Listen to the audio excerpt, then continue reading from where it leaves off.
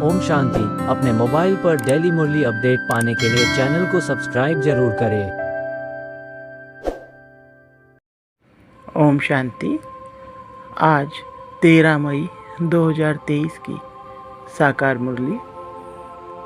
आज की मधुर मुरली में मीठे मीठे बाप दादा ने कहा, मीठे बच्चे, लक्ष्य सोप से आत्मा रूपी मैले कपड़े को साफ करो, पवित्रता के मैनर्स धारण करो और दूसरों को कराओ। प्रश्न, कौन सी जादूगरी बहुत फर्स्ट क्लास जादूगरी है? कैसे? उत्तर, ईश्वरीय जादूगरी फर्स्ट क्लास है, क्योंकि इससे नरकवासी से स्वर्गवासी बन जाते, पतित से पावन बन जाते। यह जादूगरी बाप ही सिखलाते हैं। बाबा कहते हैं, बच्चे सिर्फ फॉलो करो, तुम राजाओं का राजा बन जाएंगे। आत्मा को पवित्र बनाओ तो शरीर भी पवित्र मिलेगा। पुराना तन मन धन इंश्योर कर दो तो नया मिल जाएगा। ऐसा सौदा संगम पर बाप ही सिखलाते हैं। गीत, आज अंधेरे में है इंसान। ओम शांति। बच्चों ने गीत की लाइन सुनी। एक तरफ है सारी दुनिया भक्ति मार्ग वाले, दूसरे तरफ तुम बच्चे हो ज्ञान मार्ग वाले। वह भक्ति की सीढ़ी चढ़ते रहते और तुम बच्चे ज्ञान की सीढ़ी चढ़ते हो, भक्ति की सीढ़ी उतरते हो। बच्चे जानते हैं आधा कल्प से भक्ति की सीढ़ी चढ़नी होती है। जितनी भक्ति की सीढ़ी चढ़ते हैं उतना नीचे आते हैं। फिर जितना ज्ञान की सीढ़ी चढ़ेंगे उतना सद्गति को पाएंगे।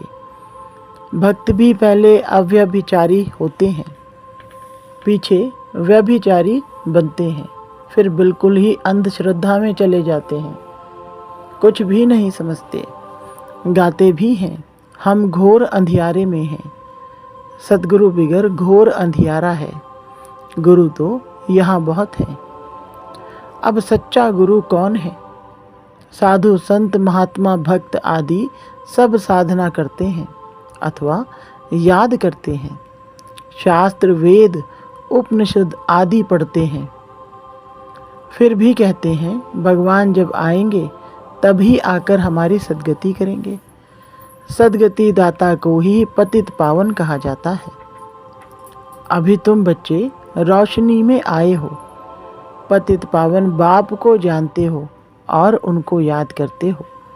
जितना जो बच्चा बाप को याद करता है और ज्ञान धारण करता है, उतना उनका अज्ञान अंधेरा विनाश हो जाता है। रोशनी में ले जाने वाला एक ही बाप है। तब कहते हैं ज्ञान अंजन सद्गुरु दिया, कोई सुरमा नहीं है। यह ज्ञान की बात है, ज्ञान के साथ योग भी रहता है। अब तुम बच्चों का बुद्धि योग लगा हुआ है निराकार परमपिता परमात्मा के साथ, परंतु तुम्हारे में भी नंबरवार है और कोई मनुष्य मात्र का सर्वशक्तिमान परमपिता परमात्मा के साथ योग है नहीं। तुमको भी बाप से मुक्ति और जीवन मुक्ति धाम से योग लगाना पड़ता है। मुक्ति जीवन मुक्ति के लिए भी दैवी मैनर्स चाहिए। इस समय सबके मैनर्स आसुरी हैं। परमपिता परमात्मा के गुण गाए जाते हैं। मनुष्य सृष्टि का बीज रूप है, सत्य है, चैतन्य है, आनंद का सागर है, ज्ञान का सागर, पवित्रता का सागर है, फॉर एवर है। उसका यह पद अविनाशी है और कोई मनुष्य का अविनाशी पद हो नहीं सकता। भल अभी तुम ज्ञान के सागर पवित्रता के सागर बनते हो, परंतु लिमिटेड बनते हो। बाप कहते हैं मैं अनलिमिटेड हूँ, तुमको अनलिमिटेड बना नहीं सकता, नहीं तो खेल कैसे चले। तुम फॉर एवर नहीं बन सकते हो। 21 जन्मों के लिए तुम बनते हो, 21 पीढ़ी गाए हुए हैं, तुम फॉर एवर बनो। यह कायदा नहीं है। मैं हूँ ही एवर प्योर, रहता ही हूँ परम धाम में। मेरे पास ज्ञान पवित्रता आदि है ही है, तुम भूल जाते हो।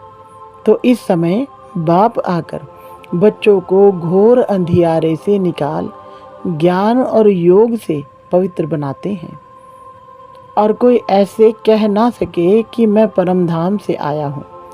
मुझ बाप को याद करो। भल सन्यासी अपने को परमात्मा भी कहलाते, परंतु ऐसे नहीं कह सकते हैं कि मैं परम धाम से आया हूँ। अब मुझे याद करो। इन महावाक्यों की कोई कॉपी नहीं कर सकते। बाप कहते हैं, मैं आता ही हूँ तुमको राजाओं का राजा बनाने। अब बनेंगे वही जो कल पहले बने होंगे। तुम जानते हो कितने बच्चे पवित्र बनते हैं, कितने अशुद्ध मैले भी बन जाते हैं। बाप आकर मैले कपड़ों को साफ करते हैं। आत्मा ही मैली बनती है। आत्मा को समझाते हैं, तुमको माया ने कितना मैला बना दिया है। एक जन्म की बात नहीं, जन्म जन्मांतर की बात है। अब बाप आकर आत्मा को साफ करने के लिए लक्ष्य सौंप देते हैं। कहते हैं, मुझे याद करो तो तुम्हारी आत्मा जो उझाई हुई है वो योग से जग जाएगी। स्मृति दिलाते हैं, तुमको स्वर्ग में भेजा था, माया ने मैला बना दिया है। अब तुमको स्वर्ग का मालिक बनाने आया हूँ। मैं इस ब्रह्मा तन से शिक्षा दे रहा हूँ। आत्मा को कहते हैं, देह सहित देह के सभी संबंधों को भूल मुझ बाप को याद करो तो आत्मा साफ हो जाएगी। फिर तुमको शरीर भी भविष्य में नया मिलेगा। तत्व आदि भी सत्व प्रधान हो जाते हैं।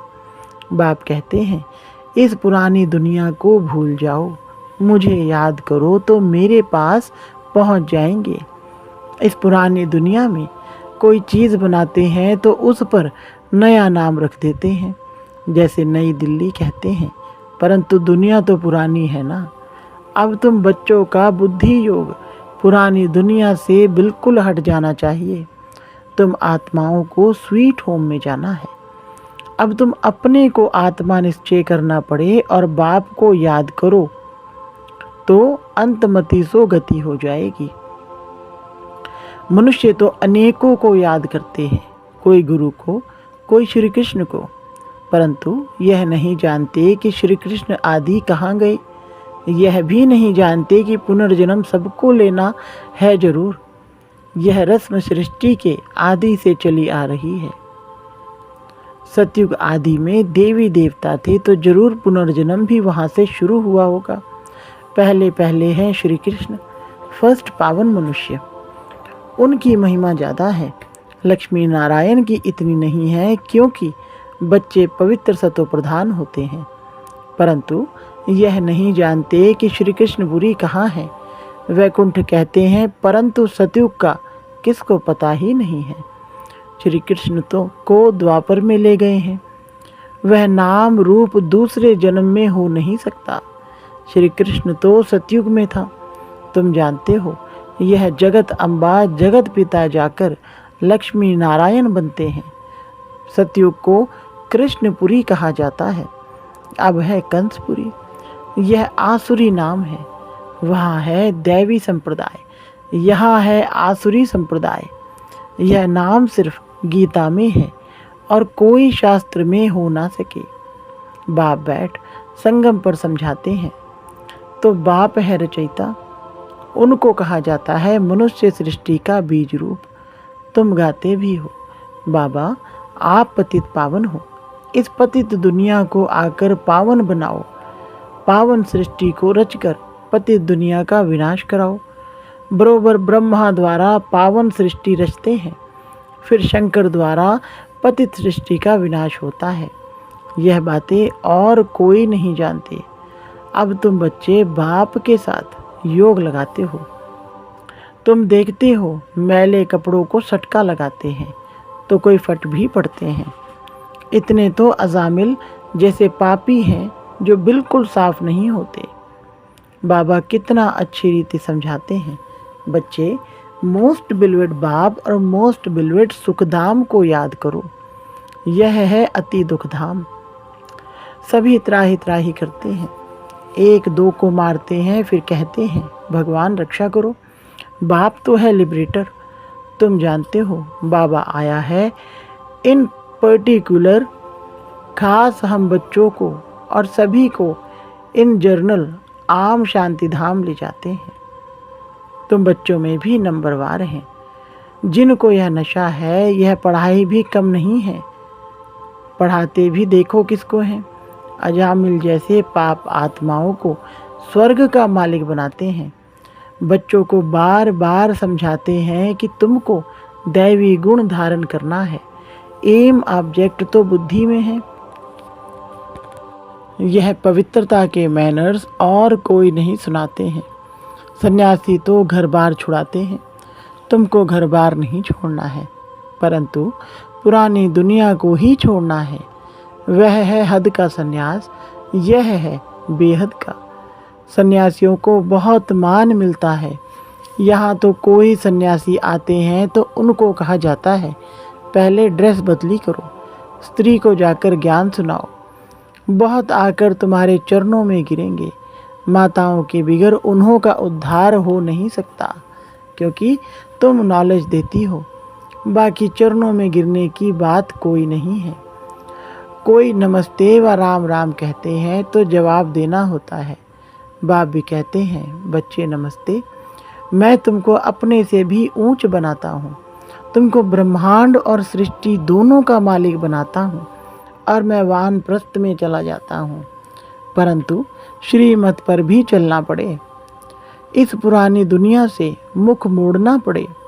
जैसे राम और रावण का चित्र है, कृष्ण का भी है। नरक को लात मार रहा है, स्वर्ग का गोला हाथ में है। बाबा बहुत अच्छी रीति तरह समझाते हैं, परंतु विरला कोई यह व्यापार करते हैं। बाप को तन मन धन दे नया लेते हैं। यह फर्स्ट क्लास इंश्योरेंस है। बाप कहते हैं तुम आत्मा को पवित्र बनाएंगे तो शरीर भी पवित्र मिलेगा, फिर स्वर्ग में राजाई करेंगे।